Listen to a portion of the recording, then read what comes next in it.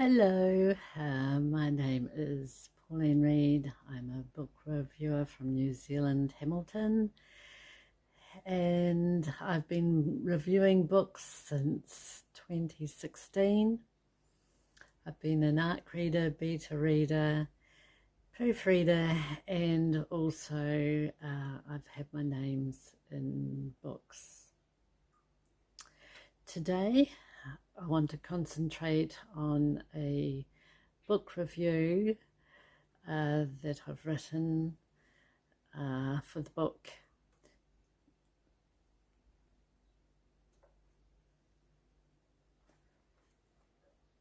The Second Daisy by Backley. Beautiful, beautiful cover.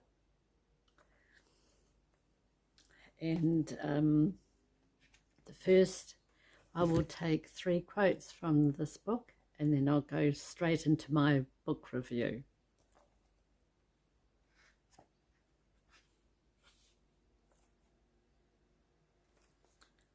Oh Daisy, when you are older, you'll understand. Sometimes the things in life that are most precious aren't the things that are new or cost a lot of money. Sometimes it's the little things, the things that bring you memories that matter more.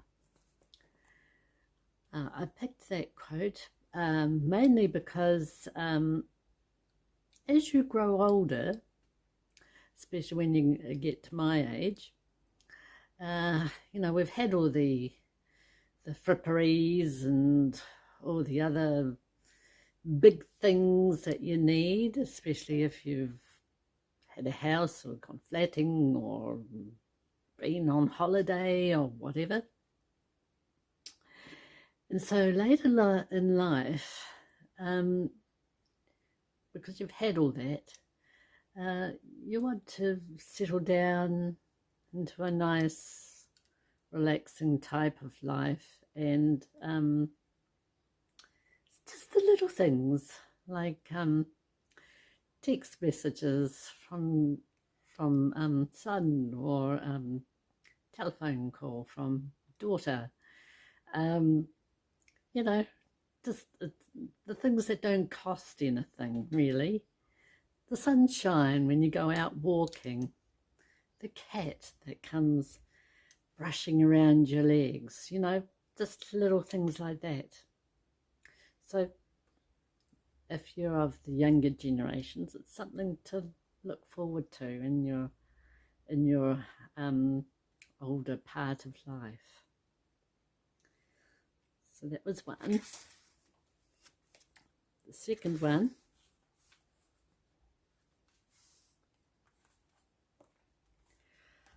Vi smiled.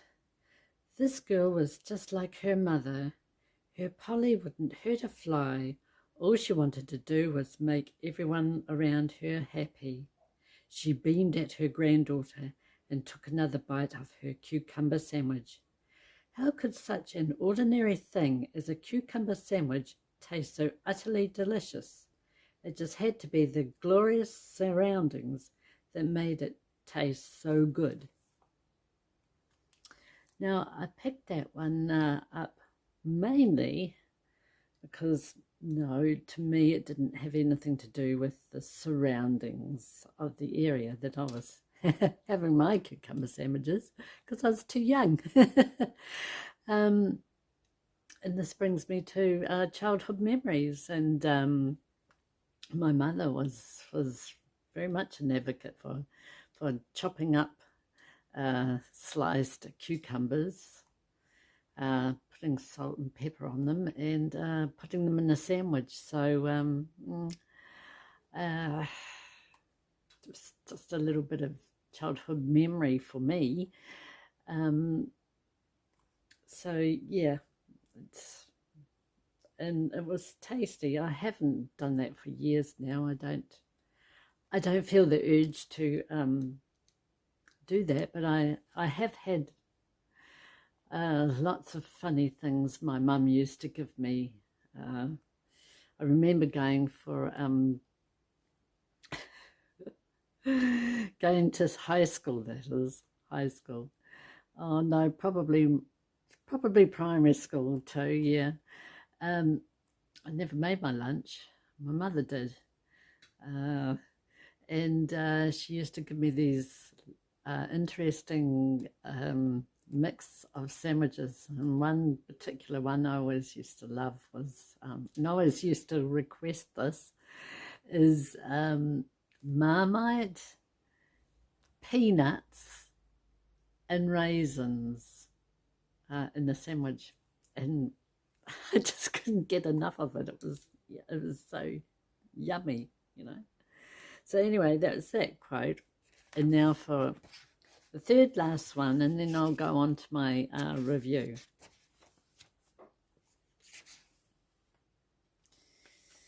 Well, actually, it isn't a quote. I just highlighted a few words here, and it was just freshly baked cheese scones. Now, this is something I do actually still bake, and I love cheese scones.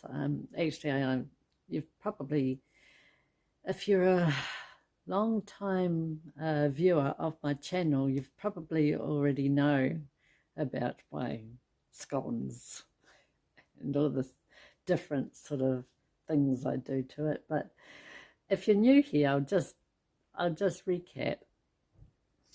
And it's yes, I do cheese scones and raisin scones and date scones mainly.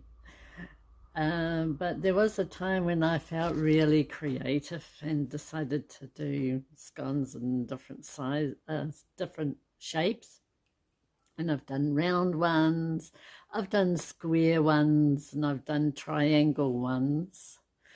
But now I just stick to the round ones.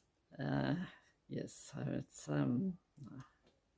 it's what you do when you get when you're younger, I suppose. You sort of like to play around with different sort of ideas. So yeah, and I think though I showed you the front, didn't I? Yes, I did. So there's the second daisy, but I'll just read you the back end. There's a daisy. I'll just read you the back end of this. The first daisy had a hard start in life. She was born in the slums of London in 1887 to a poor unmarried mother. 100 years later, we meet her namesake, the second daisy. Her life is much easier, but in many ways the two women are very similar, bright, sunny, and loving. The only difference is that the second daisy is black. Hence, I suppose, the daisy is black. Well, tinged with black. It's not black, is it? In fact, it looks like almost like a fried egg that's got a bit burnt on the edges. So anyway, I will now go and let's see how we get on with the book review and see what I thought of this book. We'll see you in a minute.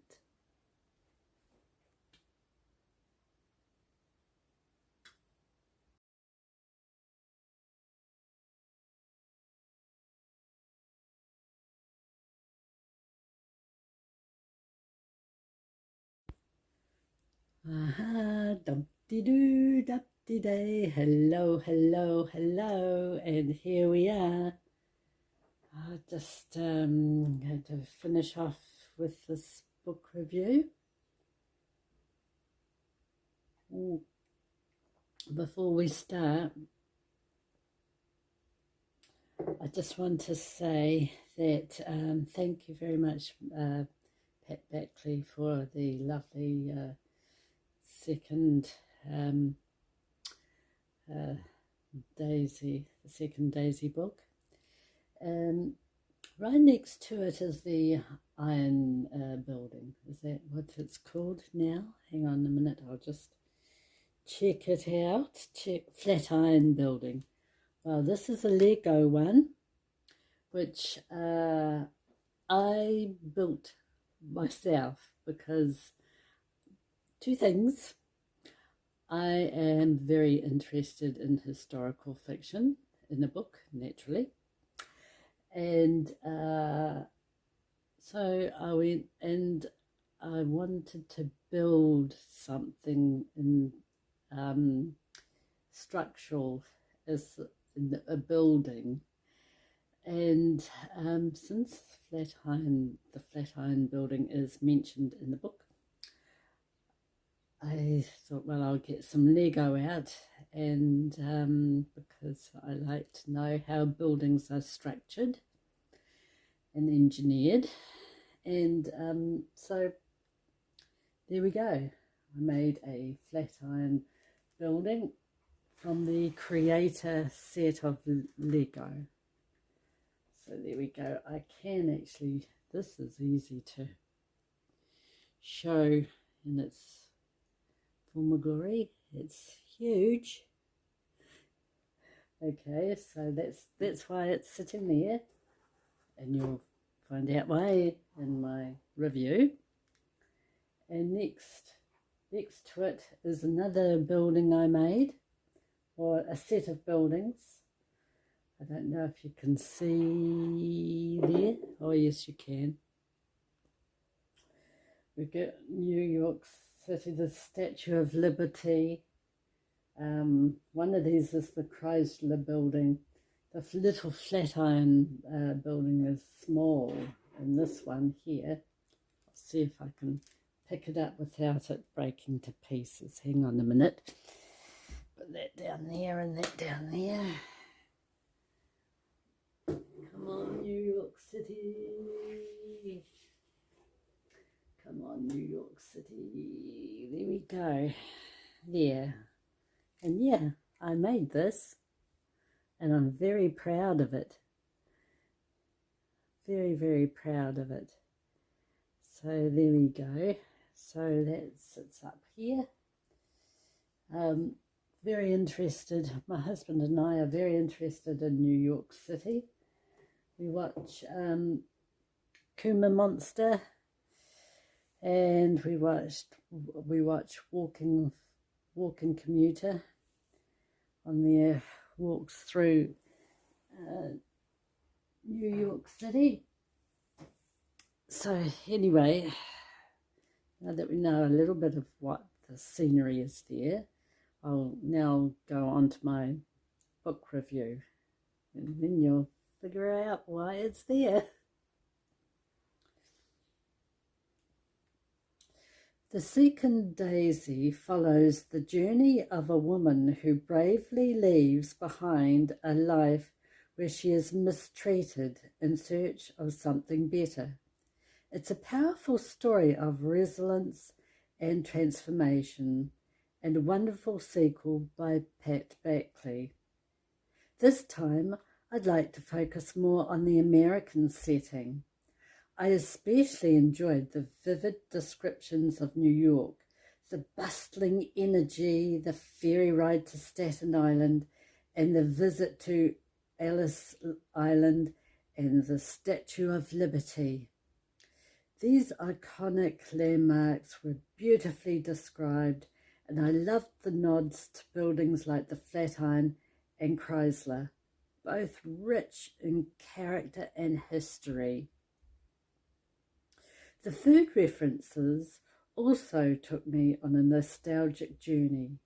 Prawns in cocktail glasses with lettuce and Thousand Island dressing reminded me of classic dishes I had in my teenage years. While I haven't yet tried traditional American treats like key lime pie, the author's writing made them easy to imagine and crave. For readers interested in fashion or the clothing industry, There's plenty to enjoy. The author's attention to detail when describing dresses, their colours, fabrics and textures adds another layer of richness to this story. Overall, The Second Daisy is a heartfelt and engaging read. It's a story that stays with you and makes you appreciate the courage it takes to start over. Do you think you'd like this one? The author's details are in the description below. Looking for something else? Well, try this one. And thank you. You're the best.